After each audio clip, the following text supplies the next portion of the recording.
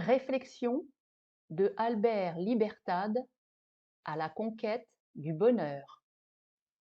Tous les hommes, en quelque coin de la terre où ils sont nés, sous quelque température, de quelque religion on les ait marqués à leur venue, tous les hommes courent après le bonheur, veulent par tous les pores conquérir le bonheur. Pour ce faire, ils prennent des routes, des chemins bien différents, mais tous tendent vers le même but, vers le même point, et souvent après avoir erré loin l'un de l'autre, finissent-ils par se retrouver les mains et l'esprit tendus par les mêmes désirs à la conquête du bonheur. C'est en vue d'elle que les pères et mères nous préparent, nous fortifient dès le jeune âge. Que de moyens, que de méthodes, que de systèmes, et le bonheur s'enfuit, loin des hommes, toujours insaisissable, toujours fugace. On croit le tenir, et ce n'est qu'une ombre qu'on serre dans ses bras. C'est à la conquête du bonheur qu'allait le missionnaire traversant les mers pour trouver le martyr afin de gagner plus sûrement une part de paradis, une part de bonheur. Les chemins sont contraires, mais la fille chaste, qui macère sa chair sur l'étroite couchette de la cellule, veut conquérir le bonheur pareillement à la fille lascive, à la recherche constante d'étreintes érotiques qui ne la satisfont jamais. Le commerçant placide qui débite avec les mêmes gestes et les mêmes mots toute sa vie la même marchandise, et l'anarchiste rêveur qu'il regarde comme un fou, n'en vont pas moins à la conquête du bonheur, quoique sur un mode bien différent. Disons-le vite, ni les uns ni les autres ne l'atteignent, ou plutôt, ni les uns ni les autres n'atteignent le bonheur sous la forme éthérée que les hommes se sont plu à lui donner. Il reste sur nos épaules le poids des conceptions religieuses et mythiques des siècles premiers.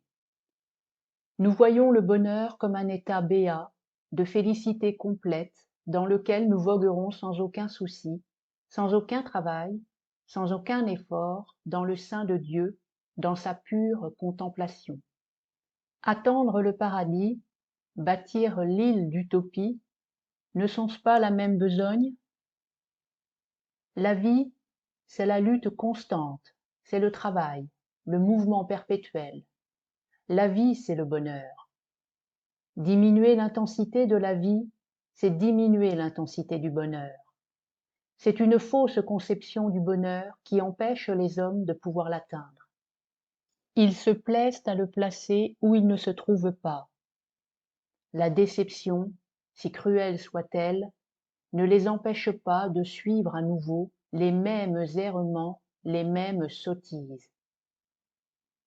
Le bonheur est dans la satisfaction la plus complète de nos sens, dans l'utilisation la plus grande de nos organismes, le développement le plus intégral de notre individu. Nous le recherchons dans la béatitude céleste, dans le repos de la retraite, dans la douce quiétude de la fortune. Le bonheur que nous cherchons tant, nous le jouons tous les jours sur des mots.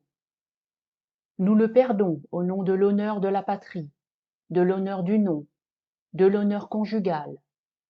Pour un mot, un geste, nous prenons un fusil, une épée ou un revolver et nous allons tendre nos poitrines vers un autre fusil, une autre épée, un autre revolver pour la patrie, la réputation, la fidélité éternelle. Nous cherchons le bonheur, et il suffit du rire d'une femme ou d'un homme selon les sexes pour qu'il soit de longtemps chassé d'auprès de nous.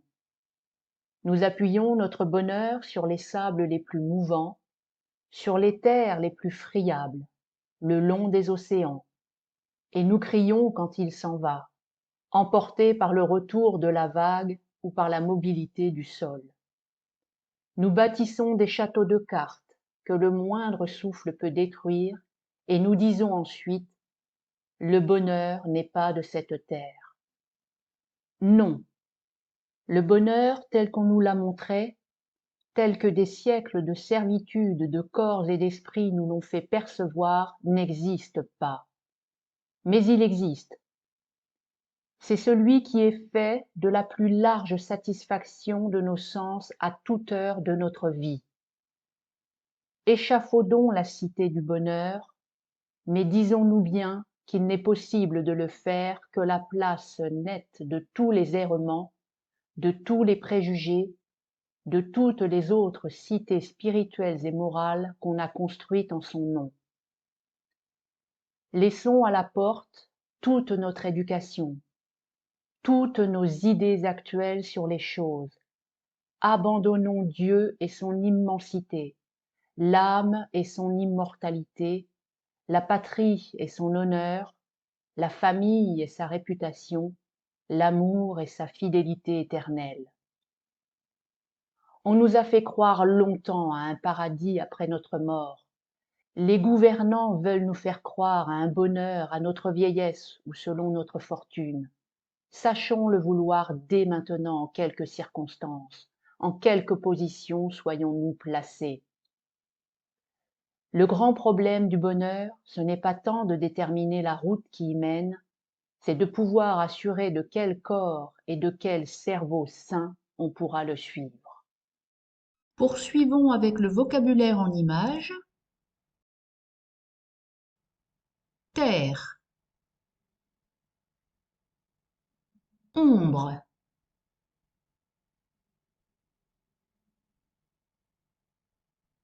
fusil, épée, revolver,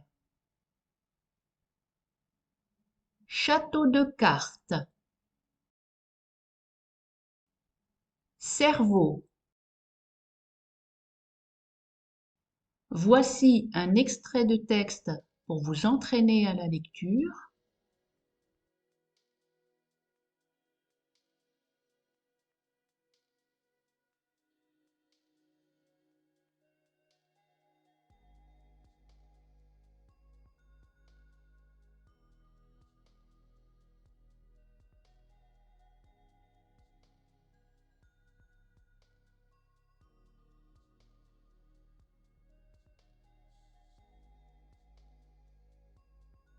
Extrait audio pour vous améliorer à l'écoute.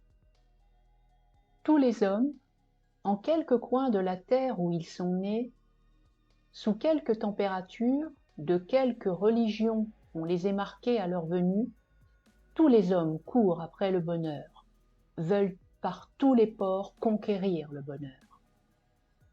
Pour ce faire, ils prennent des routes, des chemins bien différents, mais tous tendent vers le même but, vers le même point. Et voilà, je vous propose de vous abonner à la chaîne et de retrouver d'autres histoires en cliquant juste ici. Je vous souhaite une excellente journée et à très bientôt.